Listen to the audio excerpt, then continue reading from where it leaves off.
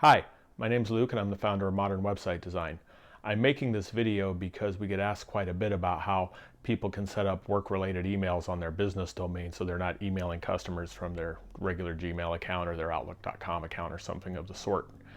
What a lot of people don't realize is that if you're already paying for web hosting, which you are if you have a website, then email as service is included from your web host as part of that package that you're paying for. This means you don't need to be paying for an external service like Google Workspace or Office 365 if all you want is access to business email.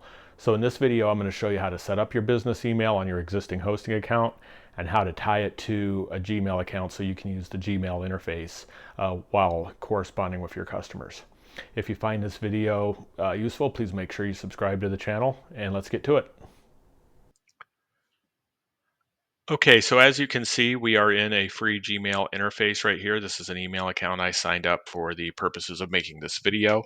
The first thing we're going to have to do is set up business email through your web host, which again, if you have a website, you have a web host already and they are giving you free business email. And then we're going to tie it to this Gmail account so we can use it as a way of managing our work email. For the purposes of this video, I'm going to use SiteGround as the host. SiteGround is what we use in our business, and it's what I suggest to people. But any web host, again, if you have hosting, provides you with business email already. We do recommend SiteGround, and if you do need to sign up hosting, there's a link to sign up with SiteGround in the description below. You help out the channel when you sign up for our link, and we greatly appreciate it.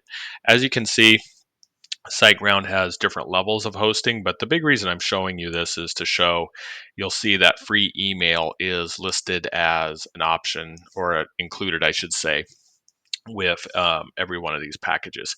So for the purpose of this video, I went ahead and signed up the startup package.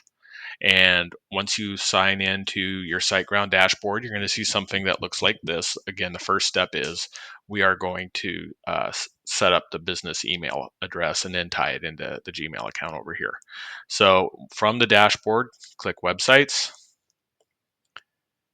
And I've already tied a domain to this account. So you'll see here is the domain I signed up. You just go to Site Tools.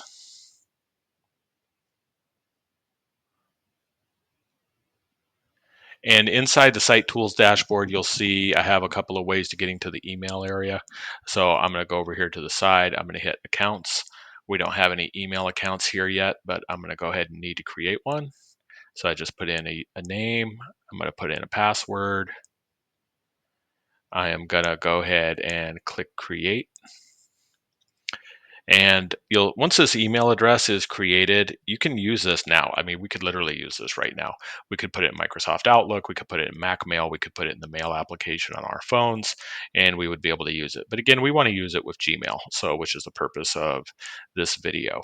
So the first thing we're going to do to take it over to Gmail is get our mail settings. Every host, whoever you're using, and again, here we're using SiteGround, but every host is going to give you instructions such as this that you're seeing with the settings you need to make your new work email work with a Gmail account. But these instructions are actually going to be pretty similar regardless of who you're using as a host. So we're going to go back over to the Gmail account now, and we're going to tie that account into Gmail. So we're going to go to Settings, go to Accounts and Import. And the first option we're going to need to implement is send mail as. Okay, so in other words, we want to be able to send mail as that address. And I'm going to go ahead and copy the email address and put this in right here. Go to the next step. Okay, now we need to get our mail server. So you're going to go back to your list of settings. You need your outgoing mail server for this. Okay, so outgoing because this is for sending. All right, so we're going to go up here and enter that. And again, we're using port 465. That is port 465. Username is, again, just the email address. And we're going to enter that. And we're going to enter the password. And leave your security setting at SSL. This is what's recommended.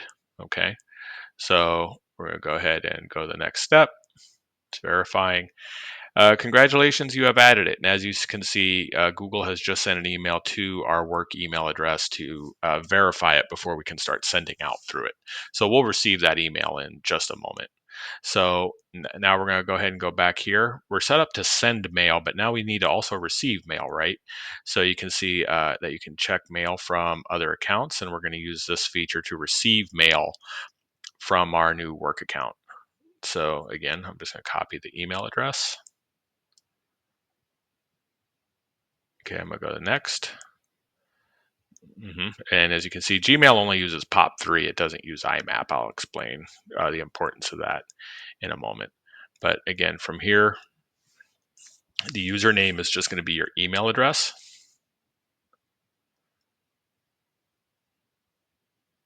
Okay, we're going to enter our password.